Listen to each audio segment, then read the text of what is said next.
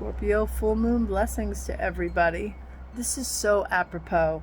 The thing about wherever the moon is, whatever the sign that rules it, the energetics, you can feel it. Like, if you look around your life, if you're that aware, you'll know. Like, this is crossing my ascendant. It's a 4-degree full moon in about an hour and a half. That with 3 degrees off my ascendant. So aspecting the house of my personal self.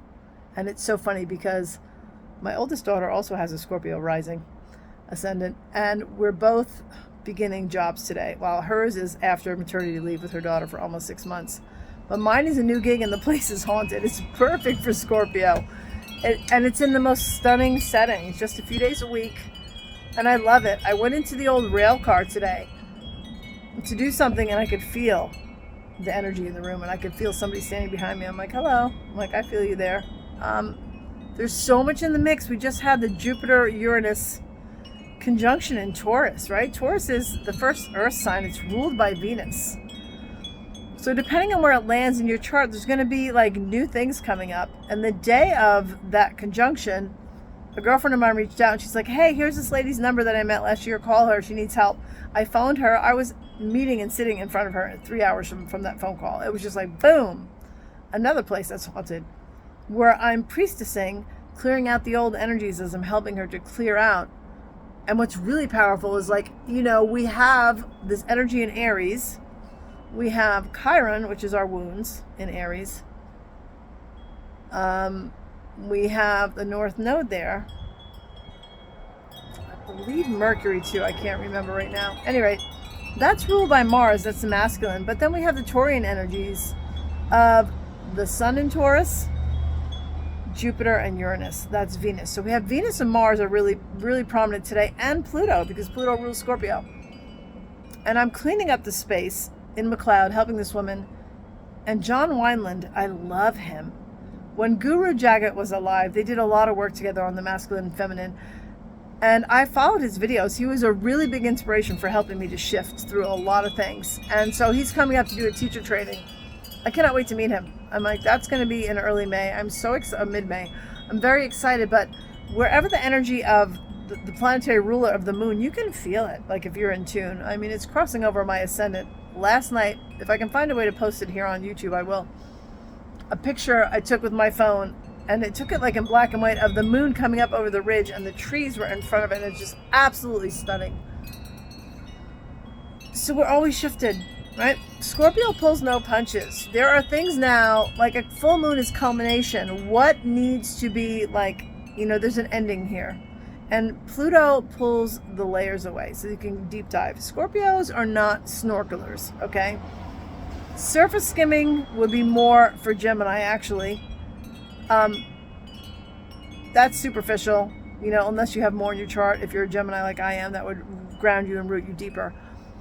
But they're not Scorpios. It's deep dive. It's like the Hades is like the skeletons in the closet. Let's hash this out. Let's talk about it. This is a powerful moon, like really powerful. So what is it that needs to be brought to the table, that needs to be let go of, but that has a lot of, you know, that needs to be spoken about, right? So that you can move forward. Jupiter and Uranus in Taurus, they're bringing a gift. Jupiter expands everything it touches. It rules Sagittarius. It's always like the higher octave of Gemini. It's the higher truth. It's esoteric learning. It's university. It's shooting for the truth. Uranus just brings in lightning quick insight. It comes in from left field. It rules Aquarius, right? We are at the beginning of the Aquarian age, where it's all about the collective. It's no longer about the personal self. There's so much yummy magic here happening. We are really transforming, you know? But we can only transform if we're willing to do our work, right? If we keep cycling through the same old bullshit and we don't work on ourselves, it's like the characters change faces and body types, but you're still getting the same lesson because you didn't learn it yet. So I'm not in that cycle at all anymore. I've done so much work, and now new things are opening up, and I'm really excited about it. But I just found it interesting that this Scorpio moon here, my daughter and I are both kind of stepping into new realms of work, and that my place is super haunted. Like, I absolutely love that. I've got a loaded 8th house. It's all about like the esoteric and the hidden and all of that. Well, the eclipses were powerful. We have so much shifting for the collective, right? And it's been really intense the past few months. I don't know if you felt it, but what I've heard from a lot of people is a lot of people felt blocked. Like the energy was blocked.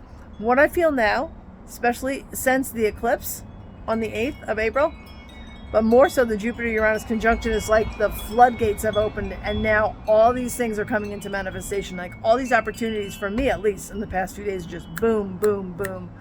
And I'm so grateful. And the only way to really stay in that is to, even if something's showing up that you're not loving, is to be in gratitude, because there's every moment sinks into the next. And even if you don't see the forest for the trees, the big picture, all those moments are lined up to bring you somewhere else. So rest into it.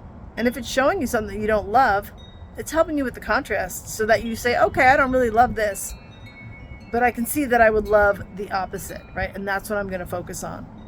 So be in gratitude, even when what you don't really prefer shows up, because it's going to bring you to what you do prefer. And hold the vision, hold the focus. Visualize yourself for minutes at a time, a few times a day, being in the life that you want, being in the car that you want, being in the relationship that you want, being in the house that you want, all of that. Like, feel it and just let it unwind. These are wildly magical times. They truly, truly are. I'm stoked about this moon. Like, again, it's not even exact yet. It's coming up, First house for me. I'm really stoked. Yeah, it's time to really, it's upgrade time, Everybody's upgrading somewhere. You have Scorpio somewhere in your chart, and there may not even be any planets there, but, the fixed signs are getting a good hit here if you have planets within certain degrees. Well, we have Jupiter and Uranus at like 20, 21 degrees of Taurus. This moon is at like 4 degrees Scorpio, so somewhere in there, it doesn't have to be those signs, but in the fixed signs, you'll be feeling it for sure.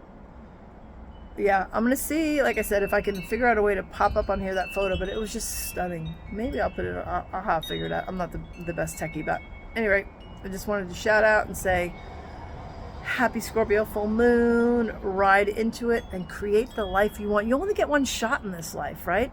Don't freaking blow it, man. Don't get to the end of your life, because this is one thing about Scorpio. I have certification as a death doula. I sat with my parents and helped them to die. I sat there with my grandmother when she was dying. That's a big part of the Scorpio energy. I love that. There's no regrets. The only time people really have regrets is at their deathbed. It's not what they did do, it's what they didn't do. And more so when they had things line up right in their face and they still were in so much fear that they couldn't do it. And now they're going out and they're like, shit, I wish I would have done that. You're not going to get another chance. So if you have a chance now, do it. All right, sending you love.